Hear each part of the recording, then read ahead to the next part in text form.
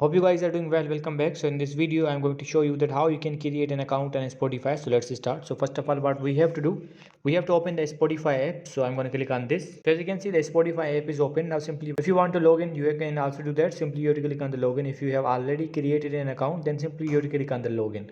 So we are going to click on the sign up for free. So let's click on this. As you can see, after clicking on this, we have to select the email address that which email we want to use. For example, I'm going to use this one.